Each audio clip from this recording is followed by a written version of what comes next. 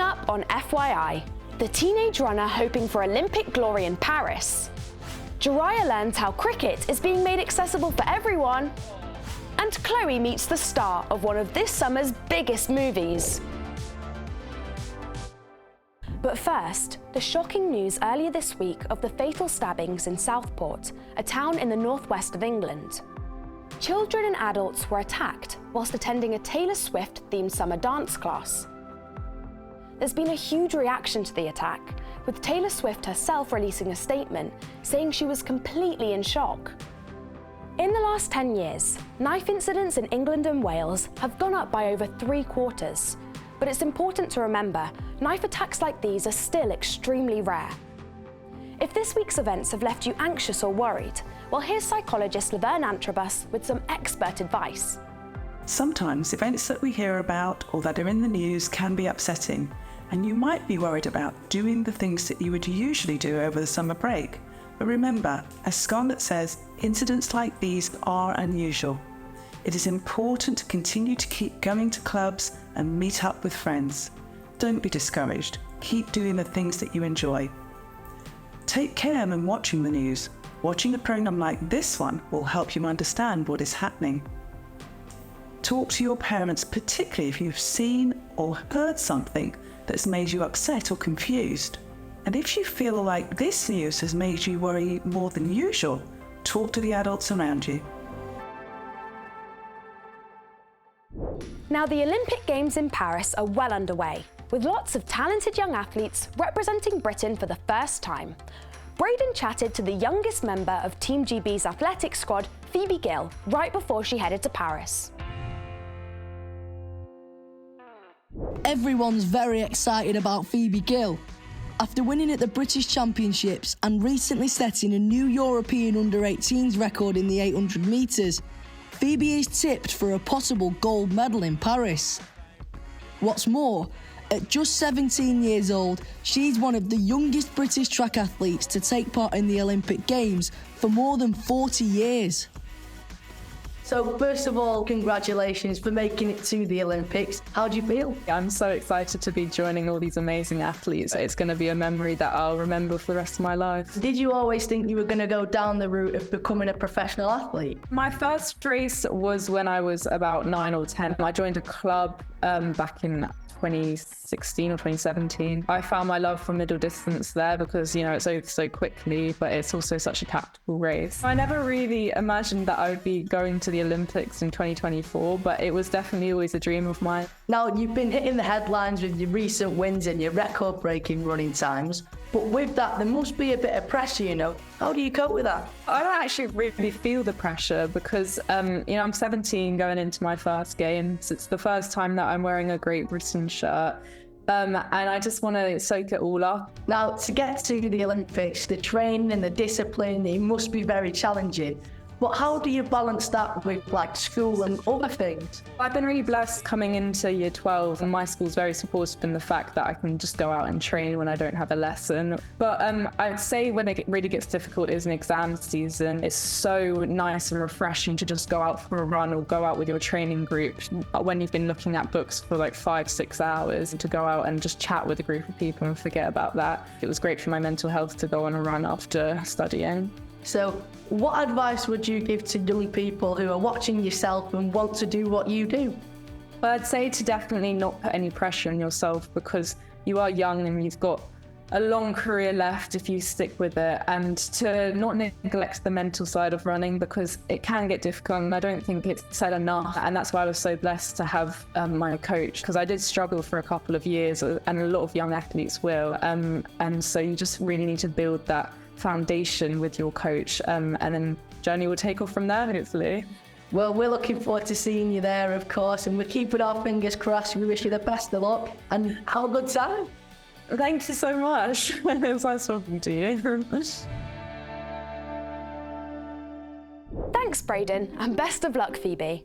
Now, if you're thinking of heading to the seaside this summer, you might want to pay special attention to this next story. Recent government figures show a 30% increase in shoplifting over the last year. But apparently, it's not just humans carrying out the crimes. Not content with pinching the odd chip, We've seen online reports of seagulls supposedly going into shops and stealing from the shelves. But is this fake news or fact? Find out later in the show. Now, the Olympics and Paralympics aren't the only major sporting events taking place this summer. If you're a fan of cricket, then you'll know that the 100 recently got underway, featuring teams from all over England and Wales. But how accessible is cricket for disabled players? Jeriah went to a special event to find out more. We're here today at the iconic Lord's Cricket Ground for a very special event. For the first time ever, the main ground is hosting an elite disability cricket match.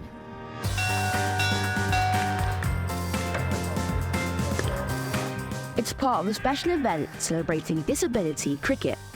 This match is bringing together some of the best in English disability cricket to show how exciting this growing sport is. Angus Brown plays for England physical disability cricket team and is said to be a future captain. He has dyspraxia, a condition that affects physical coordination. Why is today such an important event? Just to showcase what disability cricket has to offer. We have the deaf lads, the learning disability and the physical team, all in one team, which doesn't happen particularly often. And to be at the home of cricket is just an amazing opportunity they've given us, and hopefully we can impress them and show what we can really do on the big stage. As well as this special match, there are lots of other activities taking place at the historic cricket ground that allow members of the public and famous cricketers to learn more about disability cricket. And I'm getting involved. Do you want to give them a go? So these are called simulation specs, which simulate different types of visual impairments. Now, I can't really explain it, but it's like I can see sort of, but I can't see everything. Like, it's really weird. Oh. If you turn the other side, and what you're doing the other side, just sweep it this side to me. Sweep it to you? Yeah. Oh. Trying to help me not get me out. Not only is there visually impaired cricket, but there's also table cricket. The rules are really simple. To bowl, you roll the ball down the ramp. And for batting, you have to wait for the ball to cross this white line to hit. Fielders stand on the edges and try to slide these panels to stop the ball.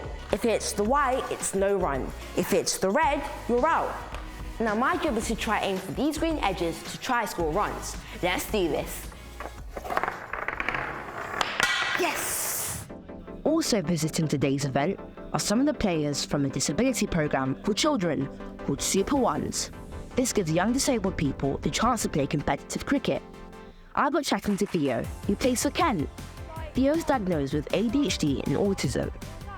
So, Theo, how did you feel when you heard the news that you played for Kent? I was just so happy that I was going to be playing in this team where everyone would be like me. And what does cricket mean to you personally? Like, it's just like one of the first sport that I started playing and I was actually good at, and basically just feel like anything that any other people can do, I can do. Why do you think it's important to get young kids with disabilities into cricket? I think just kind of every kid that's got a disability knowing that they can play, because obviously cricket's an amazing sport, but a lot of people won't realise they can get into it. So just to see as many kids as this here at Lord's, obviously an amazing place to be, and having a great time playing a different version is amazing. Wow, what an action-packed event today was. I mean, I love seeing how progressive and inclusive the world of sport can be, and how top clubs can inspire all sporting athletes.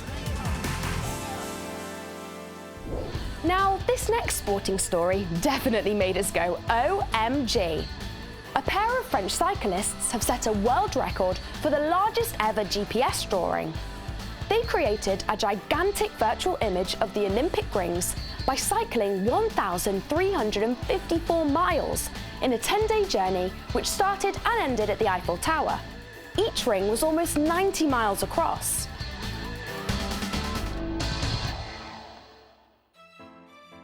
As well as sport, summer is also a time for blockbuster movies. One of this year's summer film releases is Harold and the Purple Crayon, the tale of a storybook character who draws himself into reality with his magic crayon. Chloe met the star of the film, Zachary Levi, to find out more. Once there was a boy named Harold. With his purple crayon, anything he drew came to life. Come on, everybody! As he got bigger, so did his imagination. Let's go to the real world! so beautiful. In the movie, Harold can draw anything with his purple crayon, and it turns into reality. What would you do if you had that magic power? Well, excellent question. I mean, obviously there's a lot of fun things that I could draw, like hoverboards and planes and boats and things like that. But honestly, I feel like the way the world is right now, I would want to draw things like unity and peace and love and empathy, because we need a lot of that. So each character is special and unique in their own way. Which character do you relate to the most? I think I probably related the most to Harold.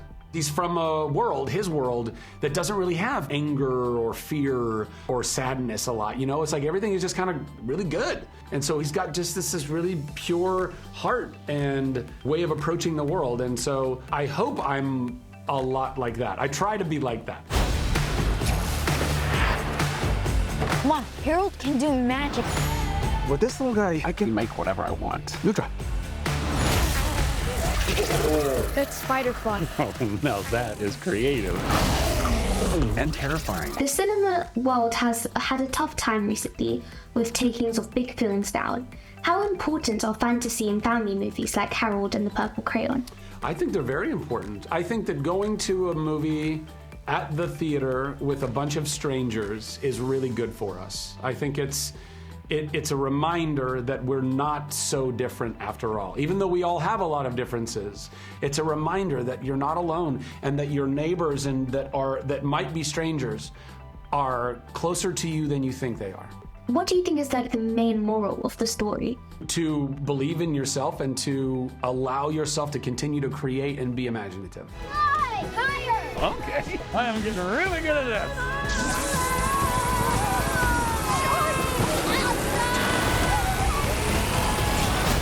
What were you thinking? Oh, no, honestly, I don't do a lot of thinking.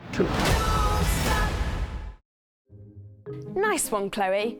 Now, what did you make of the story that seagulls have been spotted shoplifting? Well, it's fact.